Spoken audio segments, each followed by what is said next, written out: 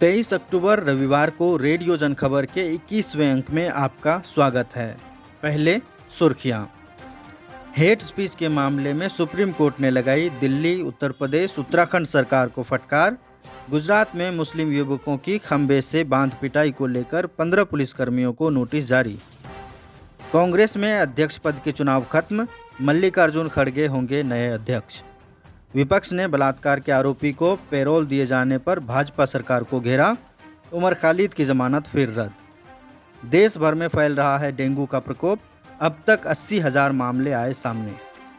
Pesticide Atlas 2022 की report के अनुसार कीटनाशक के जहर से होती है 11,000 मौत, 60% भारत में। प्रसिद्ध अर्थशास्त्री अरुण कुमार की रिपोर्ट के अनुसार देश में 27 करोड़ लोगों के पास किसी भी तरह का काम नहीं। अब खबरें विस्तार से।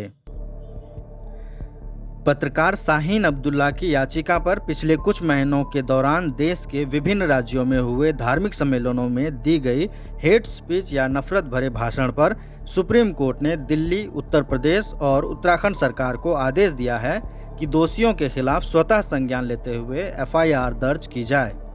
अदालत ने ऐसे मामलों को बहुत गंभीर बताते हुए चेतावनी दी है कि प्रशासन की ओर से कार्रवाई देर होने को अदालत की अवमानना माना जाएगा। सुप्रीम कोर्ट ने यह भी कहा कि भारतीय संविधान में धर्मनिरपेक्ष देश की कल्पना की गई है, लिहाजा भाषण देने वालों के धर्म का ख्याल किए बिना प्रशासन को सख्ती से पेश आना चाहिए। वहीं बीते 3 अक्टूबर को खेरा जिले के एक गाँव में एक मस्जिद के पास गरबा कार्यक्रम का विरोध किए जाने के बाद हिंदू और मुस्लिम समुदाय के बीच विवाद हो गया था। घटना से संबंधित एक वीडियो में कुछ पुलिसकर्मी मुस्लिम युवकों को पोल से बांधकर उन्हें लाठियों से पीटते नजर आए थे। पीड़ितों ने 15 पुलिसकर्मियों के खिलाफ गुजरात हाई कोर्ट में याचिका दायर की है। मामले में वरिष्ठ अधिवक्ता सैयद ने कहा कि ये सुप्रीम कोर्ट के आदेश का उल्लंघन है। पीठ ने 15 आरोपी पुलिसकर्मी को नोटिस जारी किया है। कांग्रेस पार्टी के वरिष्ठ नेता मल्लिकार्जुन खड़गे पार्टी के नए राष्ट्रीय अध्यक्ष चुने गए हैं। करीब 24 साल बाद गांधी परिवार के बाहर का कोई नेता देश की सबसे पुरानी पार्टी का अध्यक्ष चुना गया। इससे पहले सीताराम केसरी गैर गांधी अध्यक्ष रहे थे। कांग्रेस अध्यक्ष पद के लिए 17 अक्टूबर को मतदान हुआ था। चुनावों में 9,385 PCC प्रतिनिधियों ने मतदान किया। विजयी प्रत्याशी खड़गे को 7,897 और पराजित शशि थरूर को 1,072 मत मिले। मजदूर संगठन से अपनी राजनीति की शुरुआत करने वाले दलित नेता मल्लिकार्जुन खड़गे दक्षिण भारत की राजनीति में अहम स्थान रखते हैं। वह कर्नाटक के गुलबर्गा से कांग्रेस सांसद के रूप में चुने गए थे। वह भारत सरकार में पूर्व रेल मंत्री भी रह चुके हैं। उन्हें एक स्वच्छ सार्वजनिक छवि वाला एक सक्षम नेता माना जाता है और राजनीति, कानून और प्रशासन की गतिशीलता में अच्छी तरह से वाकिफ हैं। तृणमूल कांग्रेस की सांसद महुआ मोइत्रा ने गुरमीत राम रहीम को पैरोल दिए जाने के फैसले को लेकर बीजेपी से सवाल किया है। 2017 में गुरमीत राम रहीम को रेप और हत्या करने के मामले में उम्रकैद की सजा दी गई थी। हरियाणा में बीजेपी के नेतृत्व वाली मनोहर लाल खट्टर सरकार ने बीती 14 अक्टूबर को डेरा प्रमुख की पैरोल को मंजूरी दी थी। 18 अक्टूबर को बीजेपी नेता और करनाल की मेयर रेणु बाला गुप्ता भी शामिल रहीं और डेरा प्रमुख को पिताजी कहकर संबोधित किया। महुआ मोइत्रा ने कहा, अब आगे क्या बीजेपी राष्ट्रीय अवकाश के रूप में बलात्कारी दिवस की घोषणा करने वाली है। वहीं दूसरी ओर दिल्ली हाईकोर्ट द्वारा 18 अक्टूबर को JNU के पूर्व छात्र उमर खालिद की जमानत याचिका रद्द कर दी गई। कानून के जानकारों ने इस फैसले पर अफसोस जताया है।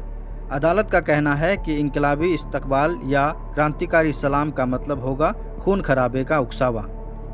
इसलिए जब आप क्रांतिकारी सलाम कर रहे हो तो आप रक्तपात करना चाहते हैं। सुप्रीम कोर्ट के वरिष्ठ अधिवक्ता संजय हेगड़े ने द क्विंट को कहा कि अगर दिल्ली हाईकोर्ट के तर्क के साथ जाएं तो स्वतंत्रता सेनानी हसरत मोहनी, जिन्होंने इंकलाब जिंदाबाद का नारा दिया, वे इस कठोर कानून के तहत सलाखों के पीछे हो सकते हैं। सुप्रीम कोर्ट के अधिवक्ता प्रशांत भूषण ने इसे अन्यायपूर्ण बताते हुए ट्वीट किया कि उमर के खिलाफ किसी भी साजिश या हिंसक गतिविधि में शामिल होने के बारे में कोई विश्वसनीय सबूत नहीं है। इसके विपरीत उनके सभी भाषणों के वीडियो को देखें तो उसमें वे अहिंसा का उपदेश देते हुए दिख रहे हैं। अब खबरें स्वास्थ्य और पर्यावरण की दुनिया से। डेंगू देश में तेजी से फैल रहा है। देश भर में इस साल अब तक डेंगू के करीब 80,000 मामले सामने आए हैं। स्वास्थ्य एवं परिवार कल्याण मंत्रालय के सूत्रों के हवाले से मीडिया की रिपोर्ट के मुताबिक 12 राज्यों में डेंगू की वजह से अब तक 60 मरीजों की मौत हो चुकी है। डेंगू से सबसे ज़्यादा मौत केरल में हुई है, जहां 20 मरीज अपनी जान गंवा चुके हैं। राजस्थान और हरियाणा में 6 मरीजों की मौत हो चुकी है। वहीं पश्चिम बंगाल और पंजाब में 3 मरीजों की मौत हुई है। बिहार और तमिलनाडु में भी डेंगू की वजह से मौत के मामले दर्ज किए गए हैं। कीटनाशकों का बढ़ता उपयोग नए खतरों को जन्म दे रहा है। अनुमान है कि खेतों में इस्तेमाल होता यह जहर हर साल 11,000 से ज़्यादा लोगों की जान ले रहा है। इनमें से करीब 60% मौतें भारत में होती हैं। इतना ही नहीं, यह कीटनाशक दुनिया भर में 38.5 करोड़ लोगों के बीमार पड़ने की भी वजह है। यह जानकारी हाल ही में जारी नई रिपोर्ट पेस्टिसाइड एटलस 2022 में सामने आई है। रिपोर्ट में इन कीटनाशकों के कारण बिहार में हुई 23 बच्चों की मौत की घटना का जिक्र करते हुए लिखा है कि यह बच्चे चावल और आलू की सब्जी खाने के कुछ मिनटों के भीतर ही मर गए थे। इस भोजन की फोरेंसिक जांच से पता चला था कि इस भोजन को जिस तेल में पकाया गया था उसमें कीटनाशक मोनोक्रोटोफॉस था। अंतिम खबर आर्थिक जगत से। भारत सरकार ने बेरोजगारी और गरीबी के आंकड़े बहुत लंबे समय से प्रकाशित करना बंद कर दिए हैं। इसलिए जाने माने अर्थशास्त्री अरुण कुमार ने right to work feasible and indispensable for India to be truly civilised and democratic nation नाम से एक रिपोर्ट प्रकाशित की है।